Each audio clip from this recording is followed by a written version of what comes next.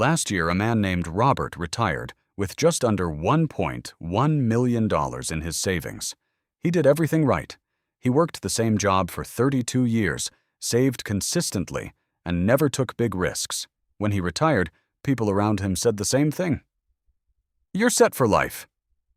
But 3 months later, Robert couldn't sleep. He kept checking his bank account, running the numbers again and again, because something didn't feel right. Now across the street, his neighbor Jason is 32 years old. Jason has less than $20,000 saved. No house, no long-term plan, no serious retirement fund. But Jason sleeps just fine. Two completely different people. Two completely different financial situations. And yet, both of them feel the same thing. Uncertainty. That's the part nobody talks about. Because we've been told something our entire lives, that if you just handle money the right way, eventually you'll feel secure. But what if that feeling never actually comes? What if every generation is chasing the same thing and missing it in a different way? Robert grew up watching his father lose everything once. Not because of bad decisions, but because of things no one could control. So Robert learned early. Money isn't something you play with. It's something you protect. He avoided debt, skipped vacations, and saved every extra dollar he could. Not because he wanted to get rich, but because he never wanted to feel that fear again.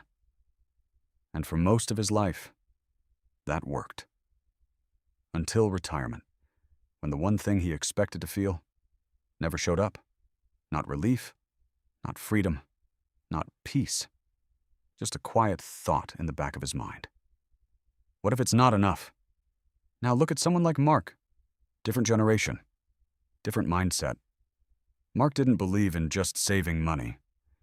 He believed in building something.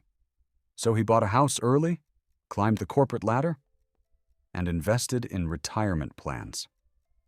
He did everything people said creates security, ownership, stability, structure. But then something changed. His company restructured. Friends started losing jobs, the market dipped, and suddenly, everything that felt solid started feeling uncertain. So he worked harder, saved more, tried to secure his position even more. But the feeling didn't go away, because the problem wasn't what he built. It was what he expected it to do. Then came people like Daniel. Daniel didn't grow up believing things were stable. He watched stability break in real time. He saw layoffs, market crashes, and plans fail. So he adapted. Multiple income streams, a large emergency fund, always a backup plan.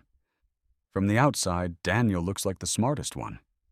Prepared, disciplined, careful, but internally, he never relaxes. Because when you expect things to fall apart, you never feel like you have enough protection. Then there's Alex. Alex followed the rules. Went to college, took loans, and chased the right path. But the math didn't work out. Costs were higher.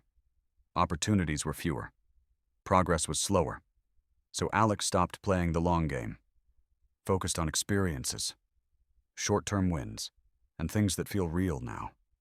Because waiting for someday didn't feel reliable anymore. And now, there's Ryan. Ryan grew up watching all of this happen at once. He doesn't trust slow systems, because he's never seen them work consistently. But he has something no one before him had. Speed, trading apps, crypto, instant access to money. So his mindset is simple. If playing safe doesn't guarantee anything, why not take the shot?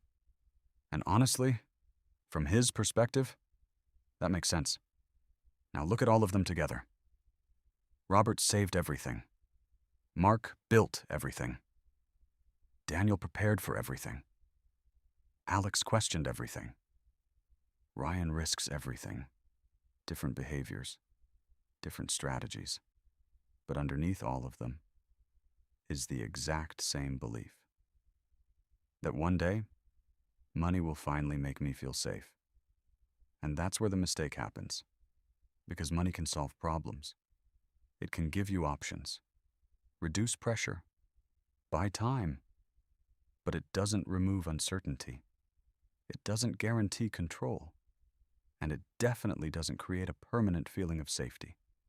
Because the moment you reach one level, your mind adjusts. 10,000 doesn't feel like enough.